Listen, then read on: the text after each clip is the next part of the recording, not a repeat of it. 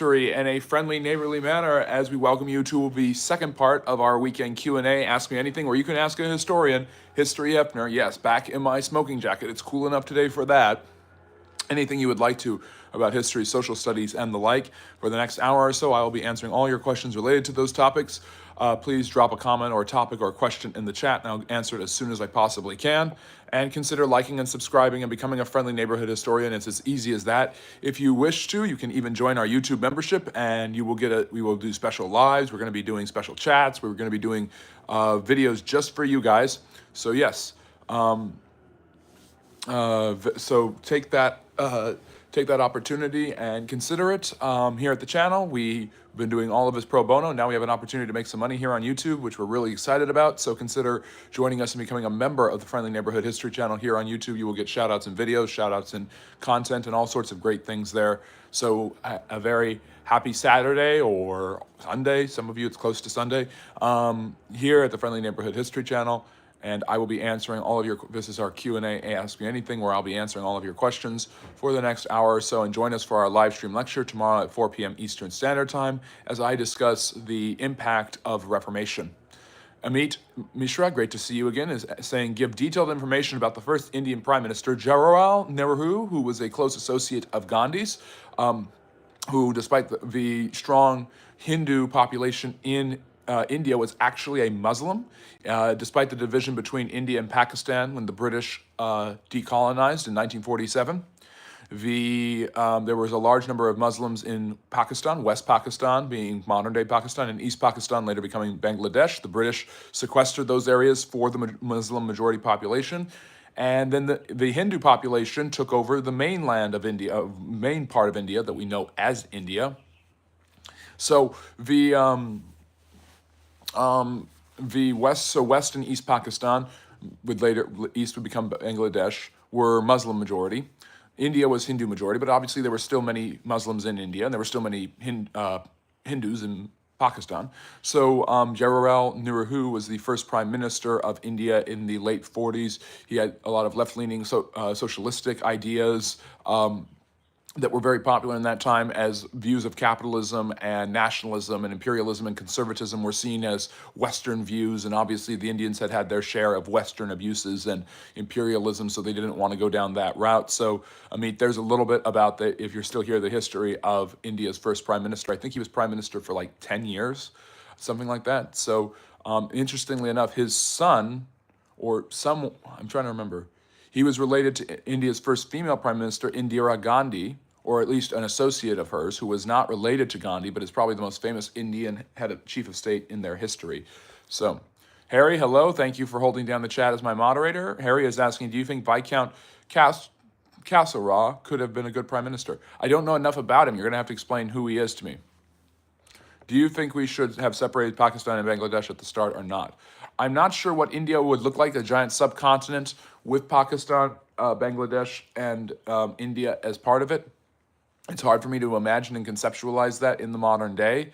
The fighting between Hindus and Muslims had taken centuries and had never been fully resolved. So the British, as they did in Palestine, believed the best thing they could do was divide it along religious lines, giving some to the Muslims and some to the non-Muslims, in this case the Hindus, and thinking that that could solve the issue, thinking that sovereign borders would keep the peoples from fighting. But with large contingencies of Muslims in India and large contingencies of Hindus in Pakistan, and obviously the closeness of the two countries, those tensions were going to last for a long time. So I think it was short-sighted. I don't think that there would have been a necessarily better solution. Hinduism does not have a reputation in its history of being particularly violent. There are violent sects and more aggressive sects of Hinduism who worship more aggressive deities in the Hindu pantheon of gods.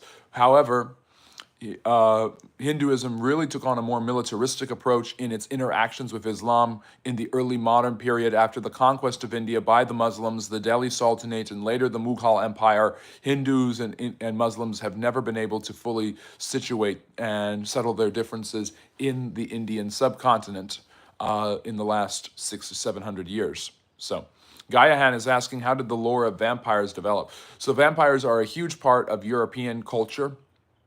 Obviously, this idea of the undead of monsters, of shapeshifters. I mean, you have the story of King Lupine and the development of the werewolf from that.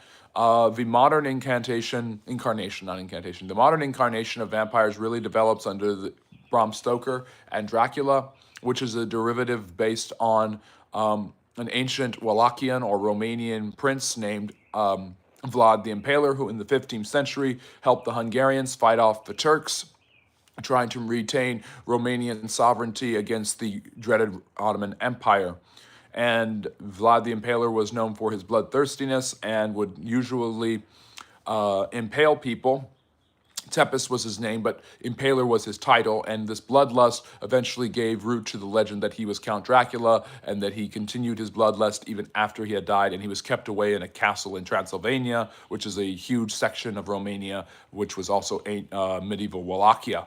So that's kind of where the myth of Dracula and the vampires come from, Gaihan. That's where the modern incarnation of him. But the idea of creatures that suck the blood from other humans or from animals has existed in many different cultures in many different ways. You have the chupacabra eating goats and sucking the blood from them. You have desanguination of cattle being linked to UFO mysteries. The idea of desanguination of living beings is a huge part of human culture in different areas of the world throughout their histories. And in Western Europe and the United States, the vampire was the biggest example of this. Somebody who has an unmitigated bloodlust is quite sociopathic and has murderous intentions, is often seen as vampiric in many ways. Do you think we should have separated Pakistan, Bangladesh? Oh, I answered that already. Probably better for a long-form video, but can you talk a bit about political parties in early America, from Whigs and up to Tories, and to Tories up to the Civil War? I've never understood federalism versus Republicans. I did talk about this a little bit in my Republican-Democratic video where I explained the two-party system, so if anyone wants to learn about the two-party system in the United States, go and watch that video. I have long-form videos that drop every Monday and Friday. Last night I made a fun video, but it was a painstaking effort of me reacting to my own hot takes, so go and check that out. I thought that was a lot of fun.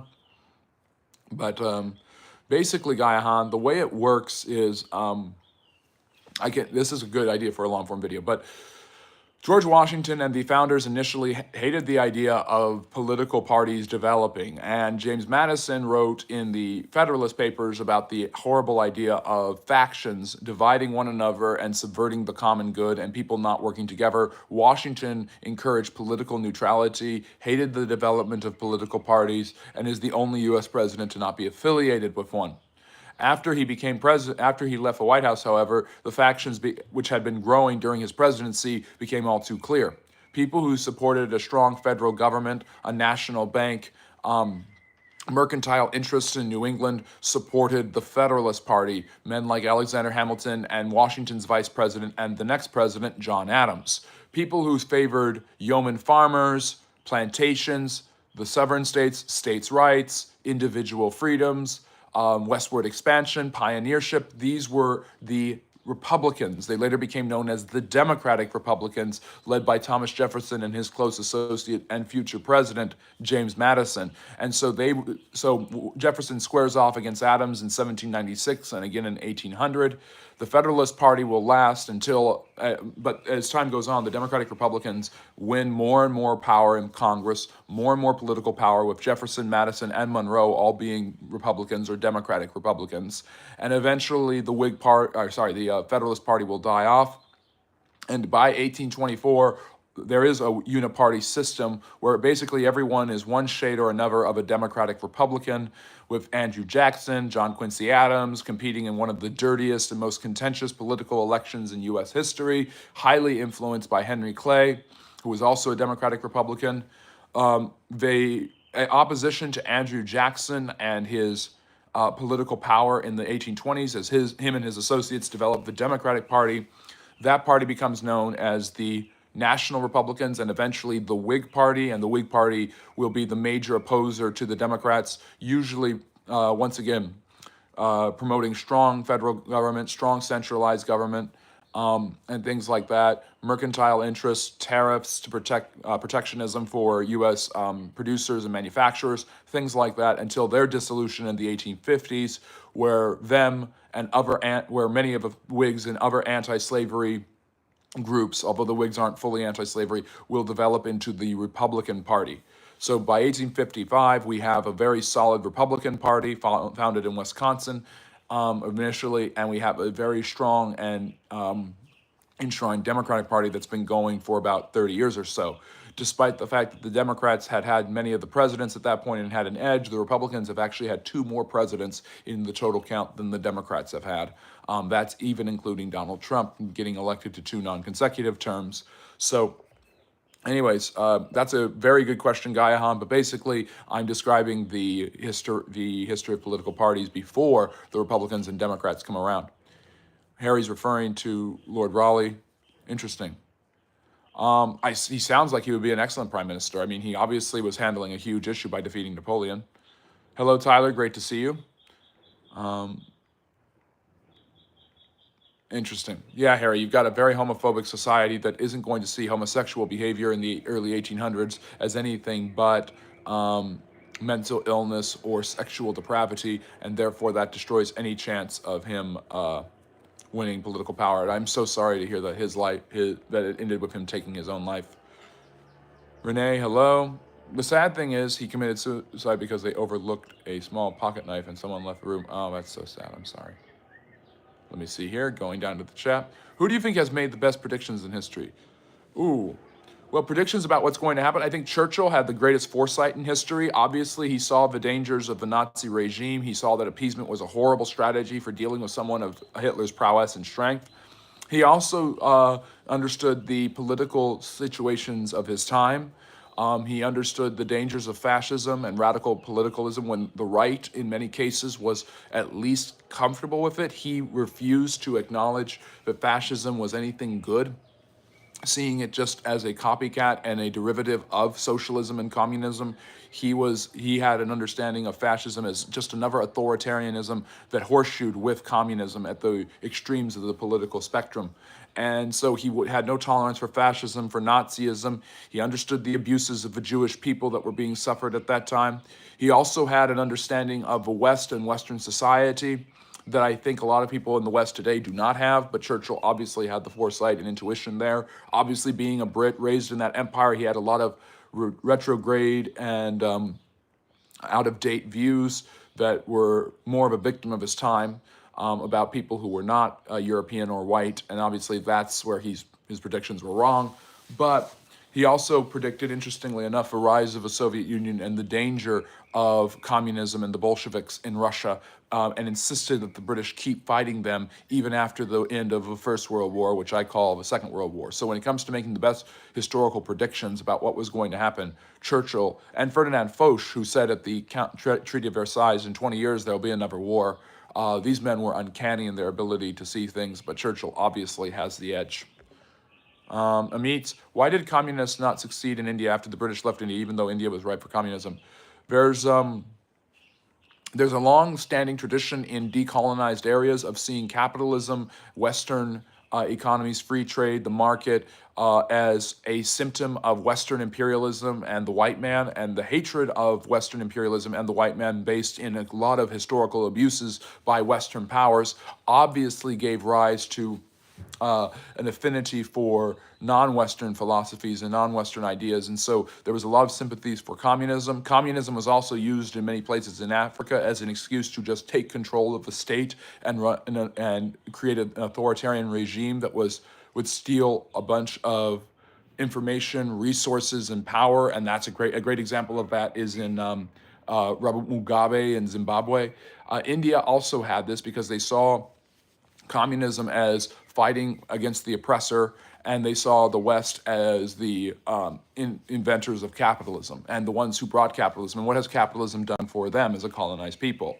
So, I mean, that is a huge reason why communism was ripe for India. And it didn't last because communism has this habit in its history of having disastrous results economically and centralized planning, central control that leads, and fascistic behavior, authoritarianism that leads to economic and social and individual privation, which eventually leads to reform or collapse.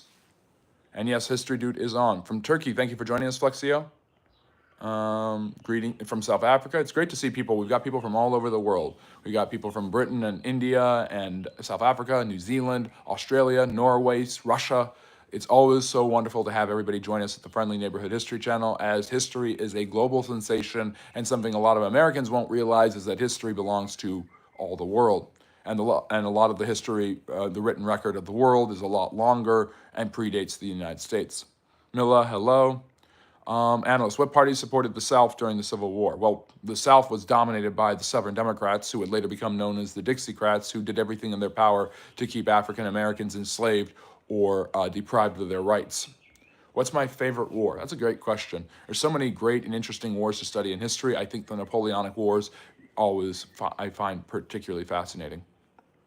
And yes, the Jacksonville, this is my smoking jacket. It was gifted to me by a very important member of our channel, and who is a friendly neighborhood historian, and you can be as well if you like and subscribe. And yes, it is, I really like it. It's smoking jackets were invented by the British after the Crimean War, when they would smoke Turkish tobacco and would want to not get it on their clothes. So it's obviously become a very popular form of a dressing gown that is most commonly associated with Hugh Hefner. Would Jesus have been familiar with Alexander the Great, ancient Greek civilization, and Aristotle? That's a fascinating question, Plato. There was definitely a lot of influence in Judaism, in Second Temple Judaism, from the Greeks. I mean, you have the Septuagint, which is the Greek translation of what's called the Old Testament, or the Torah, and that is extraordinarily important for Jewish understanding, Greek philosophy, rationalism. Plato's ideas had obviously influenced the thought of not just the Jews, but of all the Roman world. And so that philosophy would have been at least tangentially known to an educated, a rabbi of any stripe, in Jesus included, most likely. If Jesus were alive today in 2025, he would be considered mentally ill. And he was back then too, by the way. What do you think about Palestine being abused by Israel? Obviously, I've been very clear about this the whole time. The war needs to stop. People need to go. The hostages need to be freed. I think that some of the biggest abusers of the Palestinians have been their own leadership and their own governments, and the Israelis really have very little to do with that. Hatred of the Israelis, continual problems with the Israelis, and the Israelis' seeming unwillingness, especially now, to give them their proper seat at the table, has only led them to embrace, sometimes by force, sometimes by necessity, sometimes by desire, more radical and terrifying elements like Hamas, that have only led to the devastation and destruction, not just of the Israelis, but of them as well. So they were duped by Hamas, they were duped by the Palestinian Authority, they were duped by Mahmoud Abbas. And so it's not just the Israelis that are abusing the Palestinians. The Palestinians have also been heavily abused by the Egyptians, the Lebanese, and the Jordanians. All the countries surrounding Gaza and the West Bank have not done much to help the Palestinians other than decry Israel. So, Mila, I am more than willing to admit that Israel has abused the Palestinians. Obviously, you have the death of 50,000 individuals in a war is a horrible form of abuse. But the truth of the matter is, this is not just one side abusing the other. Yes. I mean, and obviously you have the deprivation of resources, of utilities. You have the Israelis basically chokeholding the Gazans. That's awful, and that's a horrible, horrible thing. I mean, Lord Castlereagh was an imperialist colonist, but was anti-war, was a moderate, and was popular, and was basically everyone's second choice. That would make sense, Harry, but obviously in those days, anyone with a homosexual orientation was seen as either mentally ill or sexually depraved, and there was nothing you could do about it.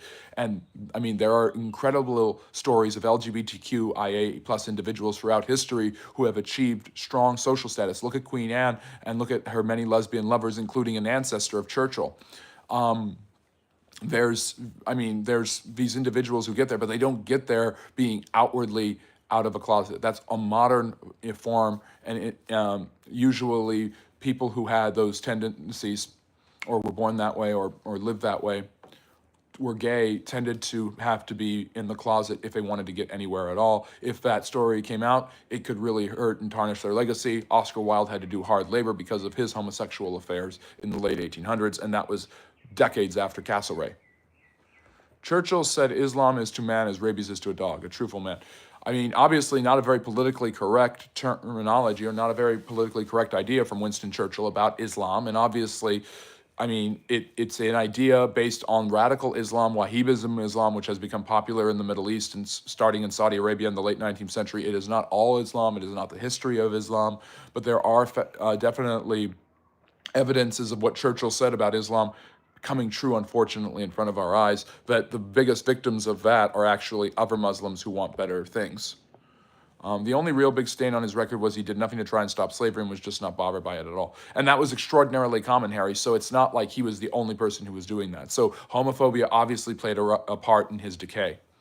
Watching American propaganda against Japanese imperialism documentary. That sounds like a lot of fun. Always watch a history documentary on the weekends. Take some time, enjoy that. I am from the United States. Thank you for joining us, Ryan. I have Simon the Bunny. He's my playmate of the month once again because he's my bunny. But yes, it's a Hugh Hef robe. It's a smoking jacket. In the 1930s, Russia and China checks Japan's empire building. Kind of. Not really Russia. Not really the Soviet Union. They're too busy killing people. Let me see here. Will India become the third economy of the world, and approximately when will it become so? India is becoming extremely prosperous in the last 3 or 4 decades. I don't know exactly when it's happening. The Indian population has surpassed the Chinese population as the largest in the world, but that's about to, but they've actually flatlined. So a lot of countries that become prosperous in the world flatline their population growth and then start to stagnate and decline. And that has happened to places like Japan, South Korea, France, the United States, and Great Britain. Let me see here. Tusikio, hello, I'm good. I hope you are as well. And Wald, I hope you appreciated that history about Smoking Jacket. History repeats those that don't learn from it repeat the cycles. Yeah, it's not repetition, it's rhyming, but it does happen a lot. History doesn't repeat, but it does rhyme a lot. The problem with history is that it's BS written by those who dominate society and agreed upon set of lies. That's what Napoleon said, and Napoleon dominated history, which is quite interesting to me. History, the interpretation and the arguments that history makes are certainly influenced by those who write it, and those who write it are not always doing their best job to be as objective as possible. Sometimes they have religious motivations, sometimes they have political motivations. They're writing for a particular empire to give a particular point of view. Yes, the winners do generally write history, but history from below, history from the margins, there are rising schools of thought that give us the countenance to other sides of history and other forms of a historical debate where we might find and uncover new facts and we might be able to reinterpret the facts we already have. Generally, the facts we can find from multiple different sources tend to be true. However, our interpretation of those facts is where we see those winning being the winners writing the narrative. What do you think about the Comey and his message after Trump said in the Middle East, no more wars, neocons, and screw the deep state? It's an incredibly ambivalent message. It's ambiguous. It's really strange for an FBI director to write that, and I think it probably deserves and warrants some investigation. Definitely the isolationist policies of a Trump regime were under a huge amount of criticism because of a seeming contradiction. Trump wanted isolationism. He wanted the EU and the UN to do their own thing and pay out of their own pocket. He wanted to cut back U.S. spending and interference in Europe. He wanted the Ukrainians to end the war with Russia. He helped bring about the ceasefire between India and Pakistan. He obviously wants China not to take Taiwan, but he doesn't want to get involved in these things, and yet he's heavily involved in them. It's a paradoxical situation, and because everyone thinks the United States is in charge, even implicitly. But what's fascinating is the big contradiction was, well, why is he for isolationism, for tariffs, for screwing over the rest of the world, and for ending the war in Ukraine, but he's going to ravenously support Israel and the Middle East? And Trump has proven at this point he's actually going to be consistent to some extent in his nativist and isolationist standpoints, his neo-isolationism, by basically saying, hey, we're open to the Palestinians getting their own state as long as the war stops. And we're open to and basically turning everyone in the Middle East against Iran in its efforts to destroy Israel, trying to get Syria and Saudi Arabia to recognize Israel's right to exist and normalize their relations with them, which would devastate any efforts of a pure Palestine where Israel loses its sovereignty. So it's a fascinating effort by Trump, and it's starting to rub Netanyahu the wrong way because Netanyahu wants to obviously crush Hamas, and Trump has basically said, you could have done that, you haven't done that, so I'm going to get involved. So fascinatingly enough, the isolationism is starting to show up in the Middle East, with Trump being willing to at least deal with the cards he's been dealt with. Hamed, is that the guy in Syria? The UAE, Saudi Arabia, things like that. And of course, the Qatar jet. Slavery was abolished by Churchill's time, except in Muslim countries, which happen to still have some slavery even today, although the BBC will not mention it. Yes, I don't like the media that much, but Stony, what's interesting is there are 10 million slaves in Africa today. The African slave trade continues, and when you throw in human trafficking, there might be more slaves now than there ever have been. Not proportionally, but just in real numbers. Thank you, Trivial. I'm glad you like history videos. Like and subscribe because I've got tons of those. Shorts every day and long-form videos every Monday and Friday at 8 p.m. Eastern Standard Time. Yes, SM, those are all definitely things that are happening there. Is Siriko a word from Hebrew Jews that would kill Romans? Scirio. I've heard that name before. I think you're right. No, I think that's correct, Nolan. Yeah, Sabir, that's interesting how the Epstein files still have not been released. Slavery was abolished by Churchill. Okay, you don't have to repeat it. I'm going through the chat as much as I can. What were the major Bronze Age peoples of Europe? Nords, Vikings, Celts, Gauls, Scythians, Hellenists. Were Macedonians and Greeks and Trojans from the same type of people? What about the Romans? Oh, that's a great question. Many of the Gallic, Celtic, and Germanic tribes were all the same. The Scythians were from modern-day Eastern Europe and the Asian steppe in Russia. The Hellenists were obviously Greek and Balkan. And the Nordic peoples were derivatives of different Germanic tribes. The Macedonians and Thracians and Greeks all had a common lineage, but weren't exactly the same.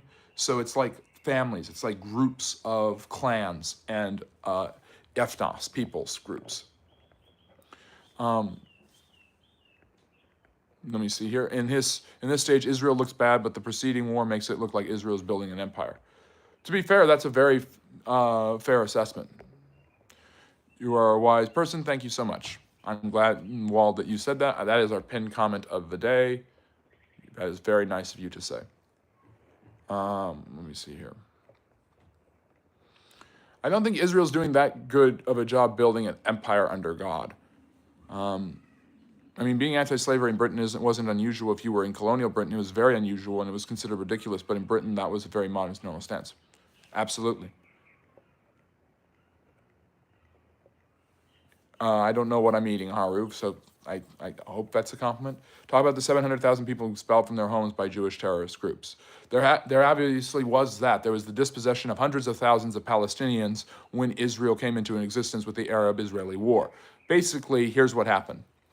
The UN and the British had been trying to get the Israelis and the Palestinians to an agreement about what the land would look like and what a two-state solution between an Arab area known as Palestine and a Jewish area known as Israel would look like. The Arabs in the land were not happy with any sort of settlement that was possible there. Many of these same Arabs had close associations with the Nazis and had no desire for the Jews to be there at all. There was a strong anti-Semitic idea that had gone there, and they obviously hated the settlement of that area by the Jews in the Zionism of the early 20th century. So there was already extreme amounts of tensions. None of the agreements ever offered by either the Israelis, led by many of their military factions, such as by Yuri Ben-Gurion, or by the West, were ever accepted by the Palestinians or the Arabs. This eventually, when Israel decided to end the British mandate in Palestine, declare themselves an independent country, they knew that they would not be that would mean immediate warfare because the Palestinians and the Arabs did not want them to become an autonomous country. They did not want to not have an agreement where they had the land, and so that led to the fighting that led to the dispossession of the hundreds of thousands of Arabs in that conflict, which Israel ended up winning. As is usual in a war, when one side wins the war, the other side is left with refugees and people who have been dispossessed. It's a horrible and terrible tragedy. At the same time, the Arab countries around them attacked Israel and expelled all of the Jews from their lands as well. Hundreds of thousands of Jews were forced to flee from the Middle East and North Africa into Israel. So it was obviously going on both sides. But yes, obviously the Jews started it, the Israelis started it with the Arab-Israel War, where they declared their independence, which meant immediate fighting with the Arabs ensued. Alexander, I didn't know how you could get to Narnia. Did you go into the wrong wardrobe? RH, I told you never to speak of that. You don't know what Muhammad did to Christians and Jews in the paying of jizya. Jizya is the ancient tax that Muslims put on all lands that they conquered, where the native peoples of that land, if they wanted to retain their religious customs, were not forced to convert, but were forced to pay a tax or serve in the Islamic military to enhance their conquests of neighboring areas. What's the deal with England destroying Catholic monasteries and art after King Henry and the rise of Protestantism? I've heard King Henry was a huge dedicated Catholic until he was older. Basically, he wanted to decentralize Catholic power and basically set himself up as the head of the Church of England. And in order to do this, he needed to seize the assets of all Catholic institutions. And by seizing their assets, he made himself extremely wealthy. So he was obviously a practicing Catholic until the day he died. He never really embraced Protestantism in his own personal spiritual devotion. He celebrated Catholic Latin Mass until his death. But obviously, as a contradictory, paradoxical, and larger-than-life figure, Henry VIII wanted more than anything to increase his glory, power, and wealth. And by declaring himself the head of the Church of England and defrocking the monasteries of all of their wealth and land holdings, he could make himself wealthier and more powerful. So a lot of the time, your religious and spiritual beliefs will come second to your own personal aggrandizement. Tyler, do you think China will continue to decline in its population, or will they open immigration laws forever? The assumption that immigration laws are the only way to increase a population, I think, is not necessarily true. Pronatalism usually works. It worked in the Roman Empire when Augustus beefed up the Roman Empire, strengthening the Pax Romana and the manpower of the Roman army. But yes, I think that obviously immigration and migration is a way that you can make up for population loss. It's definitely the case here in the United States. Do you own a pipe? I do. I'm not smoking in this studio yet. I have a video where I do a live stream on the Life of Churchill, and I have a cigar that time. So Alberto, go check those out. I do have a pipe. It's in my car right now. Yeah. SM, I understand exactly where you're coming from. It's the only democracy in the Middle East for the Israelis and for the Arabs who live in Israel who have become citizens. It is not a democracy where Palestinians can vote, because the Palestinians are supposed to have their own state, but not really. I don't know, Tyler. I've never thought about that before. Did you hear that explorer Jacques Cousteau came to Hawaii? Supposedly Jacques Cousteau. There's a volcanic lake out here that he explored it and couldn't find the bottom of the lake. Thanks. Interesting. Didn't know that. Thank you for sharing that with me, Fidel. You should bring back the tobacco pipe as you answer questions. Yes, I probably should. That'd be a lot of fun. Thank you, Alberto. But I think the further you get away from that history, the more you will only see the victor's side. Absolutely true. Today, everyone uses Hitler as a stereotypical evilest person ever. Before World War III and Hitler, who was this figure? Napoleon Attila the Hun. Genghis Khan is often lambasted as one of the most brutal people in history. And what the Mongols did in Asia and in Russia is not known about nearly as much as it should be. But they would basically say surrender or be completely annihilated. When a city or town refused to surrender, they would burn everyone alive in it, or take everyone out, burn the city, and then watch their lives destroyed through fire, and then kill every single one of them. They would take large sections of the population out and decapitate the population or execute them. And this was to weaken the population, force them to pay tribute, and basically take away all of their manpower and strength. One of the huge reasons in history for slavery is not just so that you can have free labor and wealth from that, but also so that your potential rivals do not have any manpower left. The Aztecs exacted slavery as a tribute from their client states. The Egyptians did the same thing. It's a win-win for the oppressor. You get free labor, and you get to take from your potential enemies their strongest and best men. And many of their women, meaning they can't have families, they can't have children, they can't grow. It's a way to forever handicap your potential rivals who are near you. Yeah, there is a lot of Israelophile, I guess you could call it that. Hello, Junior. Do you think that there was ever a time where Jesus farted and all the other disciples heard it and laughed? I mean, yeah, they didn't want to write it down, but maybe.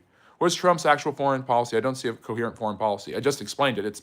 It's neo-isolationism, where Trump wants to get investment in the United States and beef up American manufacturing through tariffs. On the other end, he also is actually being finally consistent in his foreign policy by basically saying Israel needs to stop fighting, Ukraine needs to stop fighting, everybody needs to stop fighting, and the United States doesn't want to be involved in this, but will if it comes to getting peace on the table.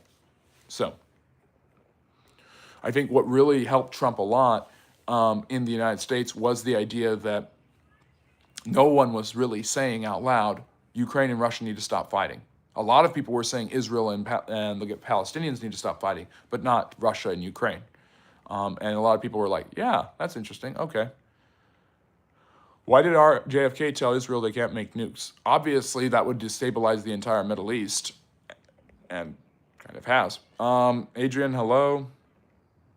Thank you, Adrian. I appreciate that, I guess. I need a haircut. My hair's getting all kind of wild, and it's much more easy to handle when it's trimmed down. And summer's coming up, so it's going to get hot, and I don't want that heaviness on my hair. You have to remember that being Islamic in Britain was rare in the circa 1900s to 1950s. England was Anglican and before that Catholic. To be Jewish and to be Muslim was alien. That's very true, Gayahan. The boy, okay, I don't know what that is. Hello, World Tours. This is the Friendly Neighborhood History channel where we handle history in a friendly neighborhood manner. So if you have a question related to history or social studies, drop it in the chat. I'll be happy to answer it. Why would you divide your home and give your land to someone else? What are you referring to specifically? It's called partitioning, and it's not your home. The British did this in Palestine. The British did this in India. What did God tell Abraham to trust God himself? I don't know what that question means. The Temple Mount was built before any Muslim mosque. Interesting. SM, isn't there land Israel has a right to exist? I'm not saying that what they're doing is right, because it isn't, and it is wrong, but Israel has a right to exist on land that is internationally. I mean, why is it so hard for them to have that land, the Palestinians to have their own land, and both sides to recognize that?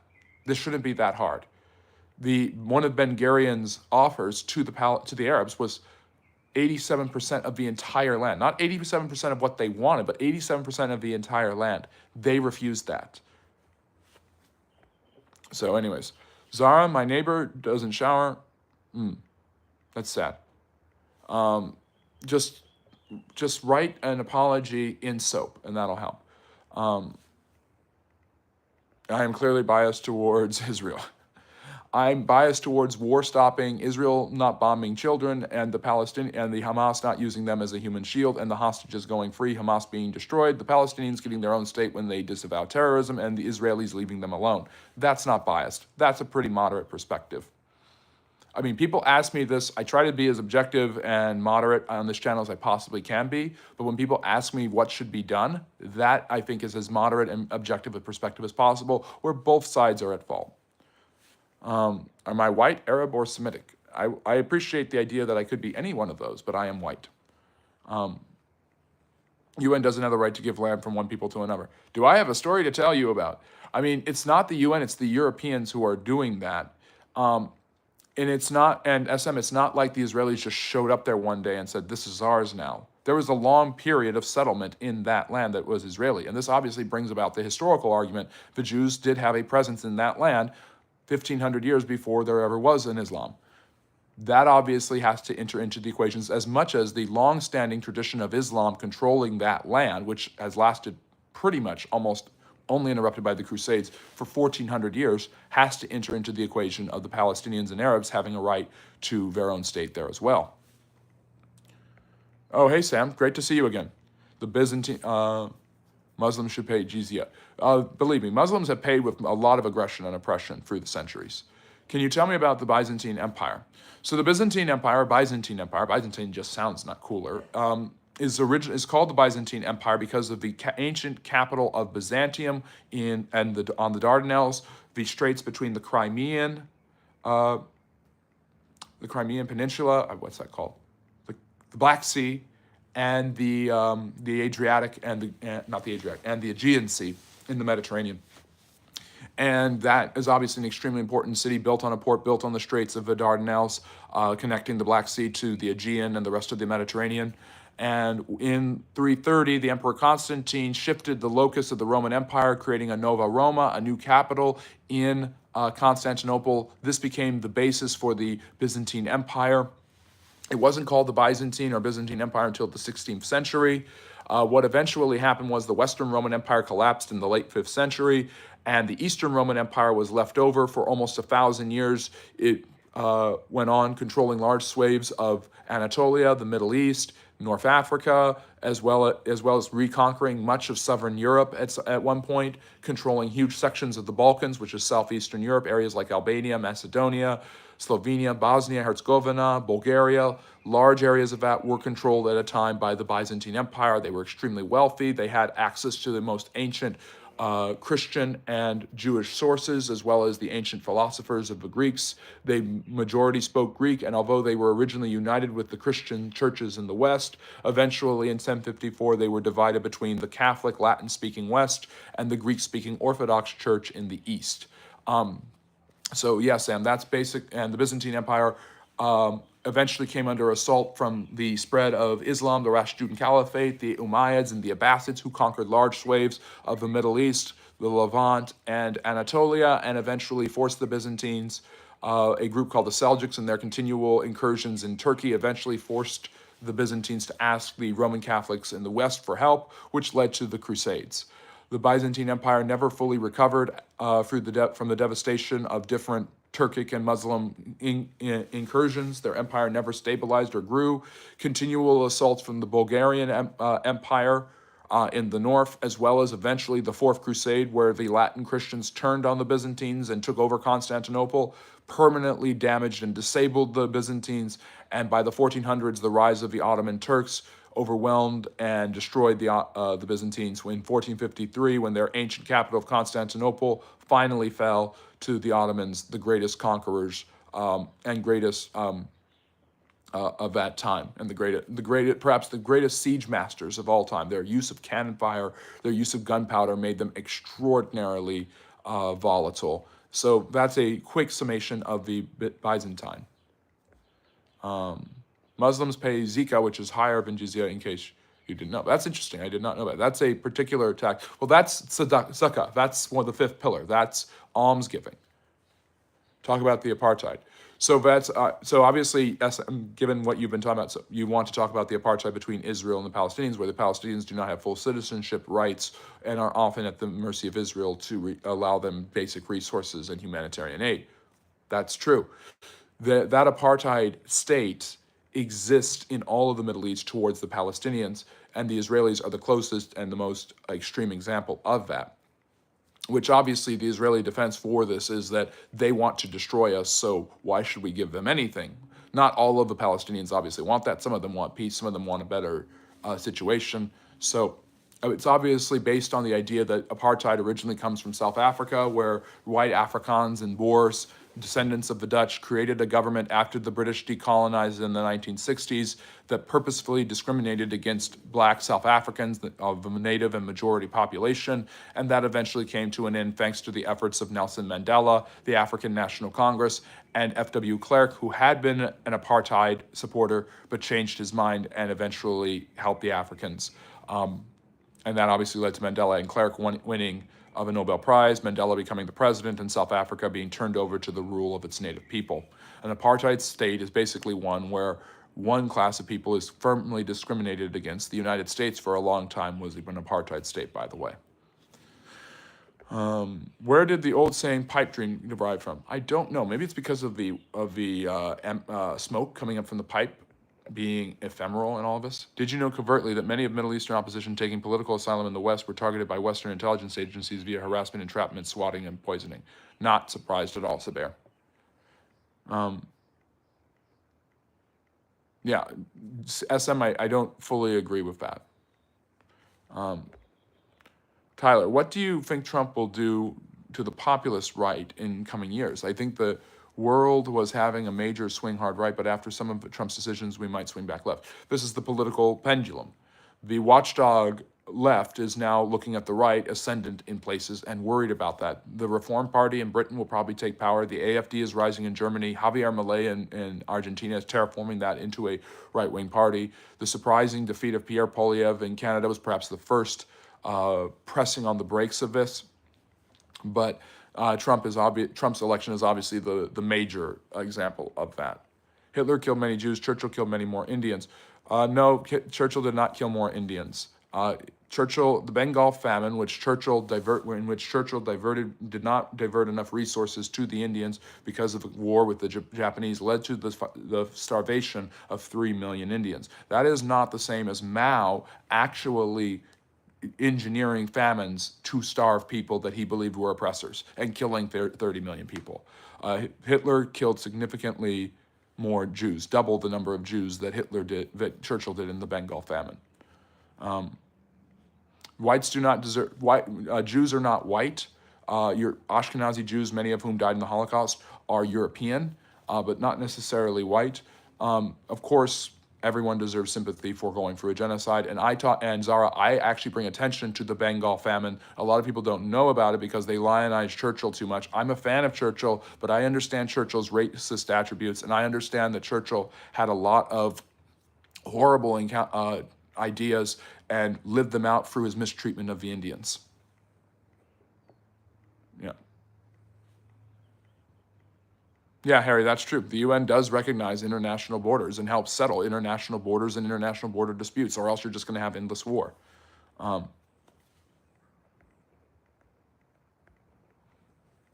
me see here. I'm seeing a lot on the Israel stuff. I'm just going to move past it. I've answered a lot of really important and interesting questions about it, and I appreciate everyone doing that. I've tried to keep it about the history. I've shared some of my perspectives on it, but I'm just going to swing away from it. Trump is doing everything right, end of story, and everyone will see making deals no one's ever done before as president. Simply, I think Harry would disagree with you. Harry, that's an idea about Americans. That would apply to most American presidents. Trump's obviously making certain deals internationally, but that doesn't. But is there a thing wrong with him making a deal of peace and then not wanting to be involved in certain endeavors? The whole idea of making peace in Ukraine is to get the United States out of there and not involved there anymore. So it is an isolationist approach. And no, the United States should not be allowed to bully everyone. Why are there so many random and political messages sprinkled in this chat? I don't know. People hear history and they want to ask about political things. My ability and willingness to talk about them, Tyler, just gets people riled up, and they have different perspectives they want to share. And I'm more than willing to share them and talk about them from a historical perspective, giving the geopolitical take in as friendly and neighborly as a way as I can. Hi, Mona. Where are you from? I'm from the United States. I'm not going to be specific about where exactly. Let me see here. Gayahan, why did the Allies carve up the Holy Land for the Jewish people after World War III anyways? Thank you for calling it World War III. I believe that there have been 3 world wars, by the way. Most of the Allied nations were very Christian. Why did they not establish a Christian state there instead? They didn't have self-determination. A large segment of Jews living there already who had already carved out and desired a state. The British Mandate of Palestine after the Second World War, or the Great War in the 1910s, basically the way the Allies saw that area was that area had a right to determine its own government and its own state. So they didn't want to carve out a Christian state. They thought about it, but that would be imperialism, and imperialism became very out of date as the 20th century went on, especially from the U.S. perspective, at least ostensibly. They would protect imperialism where it was regards anti-communism. So communism is absolutely horrible, and we will accept strategies that are totally against our own views in order to prevent communism. But we are generally in favor of self-determination and democracy, and people deciding what kind of state they would want. SM, you're asking about the Canaanites. That's a historical question. I can answer that. The Canaanites don't exist anymore. They're at least not as a distinct ethnos, a distinct people group clamoring for the right to live in their ancient land. That's not happening. The Canaanites were an ancient group of peoples. They were an amalgamation of different tribes and Semitic groups that were eventually conquered by the Jews in the 11th and 10th centuries.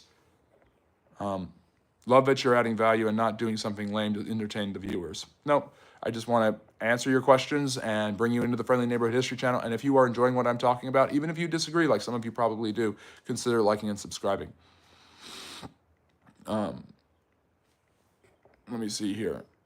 Bring back the Kingdom of Jerusalem. SM, that's not true. Jews in Europe became known as Ashkenazi Jews. There are Sephardic and Mizrahim Jews. Mizrahim Jews are Middle Eastern Jews who have lived in that area for thousands of years. The Mizrahim are the majority of and Sephardic are the majority of the population of the Jews in Israel. Many of their leaders are Ashkenazi and many Jews are Ashkenazi. The vast majority of Jews overall are Ashkenazi, but a disproportionate amount of Israel's population is Mizrahim. Thank you, Josh, for all of those guesses, but I'm not going to say which one I am. Jack, hello. Thank you, Novi, for watching us from India. Lots of flags there. Yet, Donavu, they are not Turkic. How is Semitic or Arab different from white? Oh, Rodolfo's here. Great to see you, Rodolfo, one of my wonderful moderators. Make sure to show some love to the moderators. Harry's done a great job holding down the chat. And Harry, if you could put the social medias in, that would help a lot. Remember, you guys can join here on YouTube. I also have a Patreon you can join where I do bonus content. You have a Substack where you can read my articles, an Instagram, a Facebook, and an X. But Rodolfo is asking, how is Semitic or Arab different from white? And why are some of the Southern Europeans descent in U.S. and Canada claiming they are not white? White has been a term that has concentrically been applied as time goes on and on. Italians weren't originally considered white or pure-blooded white when they came to the United States in the late 1800s. As for Semitic and Arab, there are many different reasons for that, but Semitic and Arab peoples obviously have a different culture, they have different racial features, and they have a different ethnic makeup and genetic makeup than Europeans do. Many of the Aryan peoples or Turkic peoples migrated from Anatolia and Asia Minor and settled in Europe. They also went into India, so there is actually some genetic relation between Europeans and Indians. But not necessarily, but the Semitic peoples and the Arabic peoples, although some entanglement with there, are south of there and not directly related to them. Yes, Stoney, that's a very fair and astute point. Many people are still looking at the Greek and Roman Empire and wanting to be just like that. What do you know about the Cholas and the Pandyas and their influence in South and Southwest Asia around circa? I don't know a huge amount, Zara. I'm sorry. If I don't know about something, I believe they were in Afghanistan? I've heard about them before. To some extent, they are Rodolfo, but there are distinctions. Oh, interesting. Interesting, Smoke. So you're related to, so that's an interesting descent to come from the judges of the Salem witch trials. Nathaniel Hawthorne was related to one of those judges and could never forgive himself for that. European Jews who rule Israel have no rights to Palestine. They are Ashkenazi.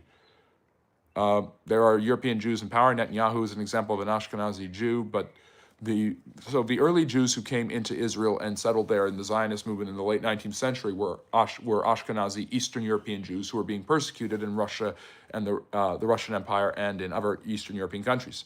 They settled in Israel, but there has also been a growth of Ashkenazi Jews who were nearby, living in that area, who went back and settled that land. So yeah, Body Fitness, hello. Let me see here. South Africa was granted full self-government in 1932 or 1933 in the Statute of Westminster. It was just in the Commonwealth. Yes, that's true. Dominion. So it was a self-ruling British state until 1960. The Brits left. The Boers took over. Apartheid. And there is a reversal of that going on for sure. And yes, Papi Pepa, we do have that. There's a lot of people all over the place in this chat. And it's progressive, it's fun, it's interesting. I love it, DCF. The Israeli rabbis have declared they would attack Europe through mass migration.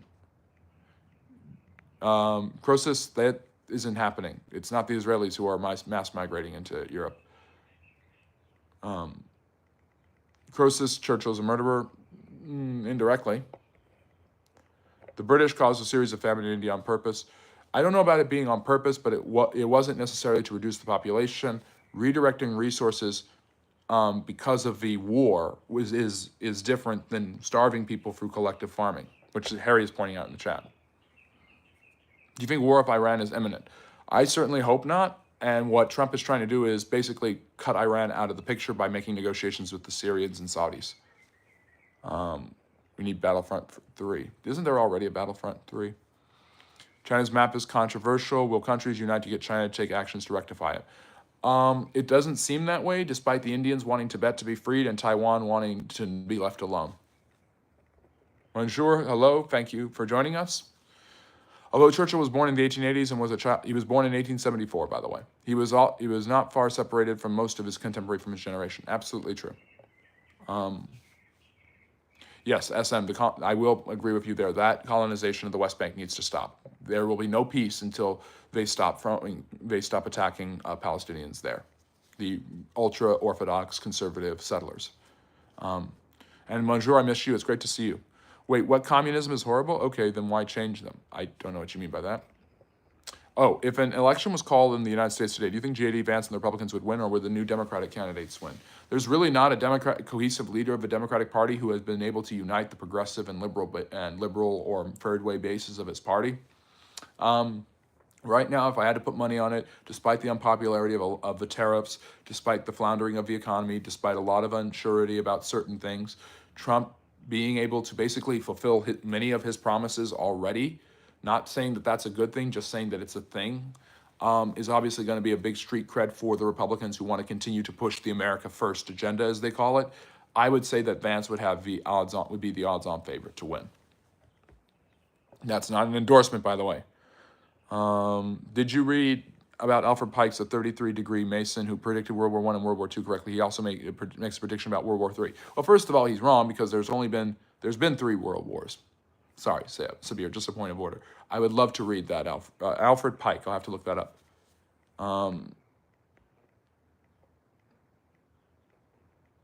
How many...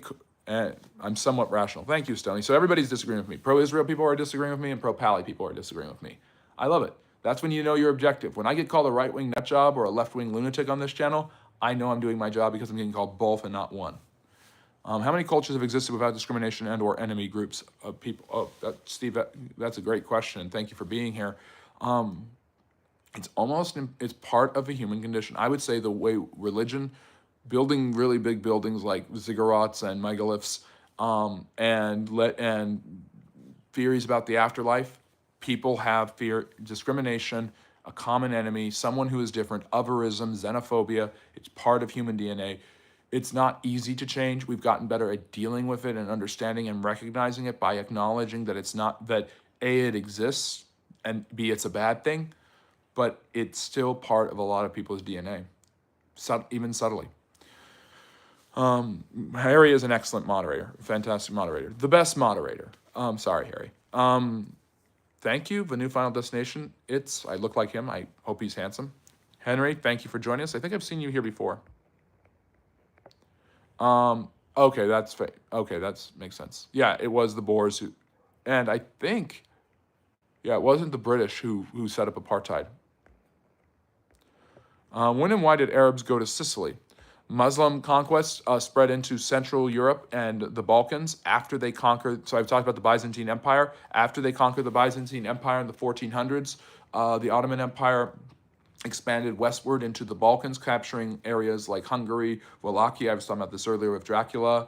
Obviously, areas today like Slovenia, Albania. A lot of these areas were conquered by the Muslims, but they also wanted to attack Italy. They wanted to attack the papacy, and they eventually took Sicily. They almost took Malta, but a very small order of knights somehow were able to defeat them. The Knights Hospitaller. It's one of the most interesting examples of an upset in military history. From 1700 to 1947, like 100 famines happened, not just World War II. So, Joshua, you are correct to some extent. You've got to differentiate between man-made famine and actual famine. And England was in India in 1700. They did not control India in 1700. England didn't have real control over India until the late 1700s, early 1800s, and didn't have complete control until 1858. So, yes, obviously, there's a difference between famines and seasons and intentionally caused famines. I would say the Bengal famine is an example of an intentionally caused famine, and that's Churchill's fault, at least mainly. Hello, Jack. Goat, great to see you from Greece. Thank you for joining us. Soviet Russia had attacked Afghanistan. After that, it attacked Pakistan for sea, water hot. It's an imperialistic, fascist, communist dictatorship. They're going to do that. Did you know that Netanyahu predicted attacks on the Twin Towers in his book and on TV years before 9/11? Not surprised. I don't like the conspiracy theories that come out of that. Did you know that Palestinians were dancing in the street when they heard about the American towers falling and thousands of people dying? Gotta be fair here. It's both. If Netanyahu predicting that may be an astute perspective surrounding radical Islam, or it may be that he had inside information. Obviously, there are a lot of conspiracy theories about how much the CIA and other international organizations knew about the attacks and what they did to stop it. There is a theory that Israel, wanting the U.S. to be more involved in the Middle East and help them take out many of their foes, basically allowed or had knowledge about some sort of attack and said nothing. The U.S. intel did hear about rumors of an attack, but did not take it, at least ostensibly, did not take it seriously. Yeah, interesting. Smoke. Following all the way back to the Hammer of the Scots, Edward I, who died in 1307. That's fascinating. What is my favorite art from the historical lens? I love, it's hard from a historical lens. Because if I'm thinking historically, there's just so much value in the Renaissance and the Baroque period. You can see the Reformation and the Counter-Reformation. You can see the ideas of, and I'm going to talk about this on the live stream lecture tomorrow at 4 p.m. Eastern, so please join us for that. The impact of the Reformation. There's just so much history and power in the religious and secular art of Europe in the 16th century. I mean, there's art and power in the Islamic art of the Abbasid Golden Age in the 9th and 10th centuries with the geometric patterns, Persian rugs. All of these things are all based in Islamic culture, religious and artistic practice. So from a historical lens, there's many arts that are really enjoyable. My favorite, and very significant, my favorite personally, art always represents the history and culture of its time, by the way, so I do talk about art here on the channel. My personal favorite period of art is Impressionism and Post-Impressionism from about 1800 to about 1915, about the start of World War II, or as you like call it, World War I. The Kols and Pandas were kingdoms in southern India. Their influence is spread over Cambodia and Garwat. That would make sense. That's why there's a strong Indian influence in Southeast Asia. Thailand, Vietnam, Korea. A good read if you're interested. I'll have to look into that. You've jogged my memory. Thank you, Zari, for sharing that with us. Vance would be an absolute disaster of a president. I mean, the guy actually hates Europe, not like Trump, where he just thinks that we're ripping them off, even though we're not. He might be, yeah, I understand, Harry, the complaints about J.D. Vance completely. I see exactly where you're coming from. Somebody asked me to look into a crystal ball, and that's what I did. Being called an extremist is a compliment when it comes to speaking in the truth, especially when you are being moderate. Yes, I am an extremist. I am a moderate extremist. That's what Aristotle said to be. And Freshly, great to see you. I think, yeah, okay, so we're talking about politics. Rodolfo, Freshly, and Harry, thank you for holding down the chat. Make sure to show them some love. We will be doing once we get some members going, so you can join and become a member, we'll be doing member-exclusive chats, member-exclusive live streams, member-exclusive videos. Really looking forward to that. And I'm hoping that Freshly and Harry are there for that. Yes, the Zanj Rebellion, that's definitely true, Stony. Do you need a video editor? I'm open to it, Chess. You guys can email me if you have personal inquiries, comments, suggestions, or want to talk about a particular topic in more depth. It's friendlyneighborhoodhistory@gmail.com. So, Chess, if you've got some information that you want to share with me, and I love Chess, by the way, email me there. Oh, Riggs, thank you so much. That's so kind. I'm doing very well. I hope you are doing well too, Riggs. Cataract, great to see you again. Black on black slavery happens to stay in certain countries. 10 million slaves in Africa. I don't think 90% of those famines were indeed man-made. And if they were, what man made them and how did they make them? I mean, man-made famines have existed all throughout human history, so I'm not saying it's completely out of the mark, but A, that sounds extraordinarily high. I'm not 100% sure. But B, instinct alone says that's not true. How can someone explain in simple terms how different was the segregation regimes between South Rhodesia and South Africa? Because SA also segregated colors despite some identifying as Boers. I'm not sure exactly what Rhodesia did. I think that was a huge part of the decolonization effort. Obviously, ending apartheid is a huge part of the effort in any country for native rule. So you are saying that Muslims attacked Sicily and failed because of a small number of knights. Question, what was their name? So that's not, so Edog, that was Malta. The Knights Hospitaller defeated the Muslims, I think in 1565. And the Muslims did seize Sicily and were trying to attack Italy, and that's when the Pope formed the Holy League, where the Holy Roman Empire, the Austrians, the Italians, and the Spanish all eventually defeated the Muslims at a huge naval battle, Lepanto, on September, I'm trying to remember the date, I think it's September 11, 1571, and that is one of the reasons why that date is so important in Islamic history. Let me see here. We are over an hour. I don't know if I'm going to be getting, and it's, yes, I am wearing a Hugh Hefner gown. It's a smoking jacket. We are over an hour and we're getting, and so that's what I always go for. But I really appreciate the chat and all the great questions. I'm trying to catch up right now. Interesting. I'll have to look into that, Goat, about Rhodesia. I hadn't heard as much about that as I have in Africa. In most Muslim countries, there was a high number of black slaves. So some people in this chat are just going off about Muslim countries. Some people are just going off about Israel. Do you guys have history questions? I'm happy to talk about this, but not ad nauseum.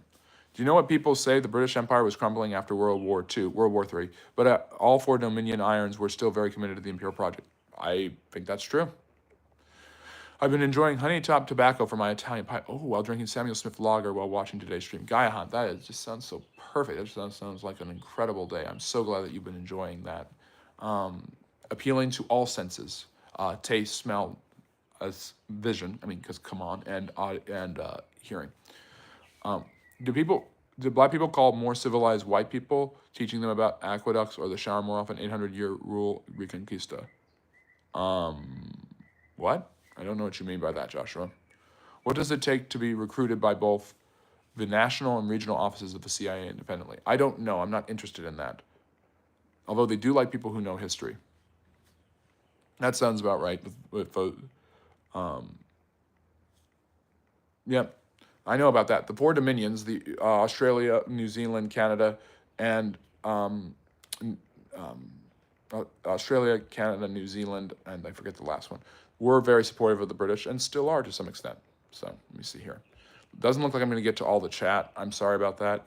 Yeah, I'm almost there, but I'm running out of time here. So Canada, Australia, New Zealand. Okay, so that's 3. Gaihan is very fancy. Riggs. Not also we live. Oh, people are arguing in the chat. That's always fun. How do you know so much about history? Formal education, or do you read a hobby? Do you do this professionally? How do you manage to keep all of this in memory? The answer is yes. I do all of those things. I use my memory to, if I find something fascinating, I'm able to remember a lot about it. So it's a savant say, and I'm able to do that with history. But I appreciate you saying that, Riggs. Hello, Batista. American Britain did not support Rhodesia because of growing anti-colonial movement of the time. In the opposition to Rhodesia wasn't intrinsically communist, which is what the US, UK cares about. Yes, their foreign policy was almost completely anti-communist. I was thinking the channel has grown quite a bit, and we usually fall quite far behind, so I was thinking like 5-10 minutes before hour, I put end of chat so that it will take. Okay, that's fair. Unless we are very close to the end of chatting, which we could probably catch up and keep going. Harry, I think that's a great idea. If I'm way behind, just keep a mark on it and do that. I give you full permission to do that. And Freshly and Rodolfo, do the same thing if you can. Oh, no, it's okay, Riggs. People have been arguing all day, mainly with me, but it's okay. And believe it or not, Harry, that actually worked. I did catch up to the chat. I had to skip over some things. It's not because I'm ignoring anyone. It's because I have answered the same question or dealt with the same topic at least a dozen times with some of you. And that's okay. I enjoy talking with you guys. I really love doing this. Thank you so much for joining us. Consider becoming a member. Like and subscribe if you haven't before. Africa has had its own... Yes, that's definitely true. But thank you so much for joining us. I will be back tomorrow, so we'll see you then, 4 p.m. Eastern Standard Time, talking about the Reformation and its impact on history. Thank you for all the questions and answers, and check out the channel for long and short form content for more. Take care and have a great Saturday. And remember, love history. Bye-bye now.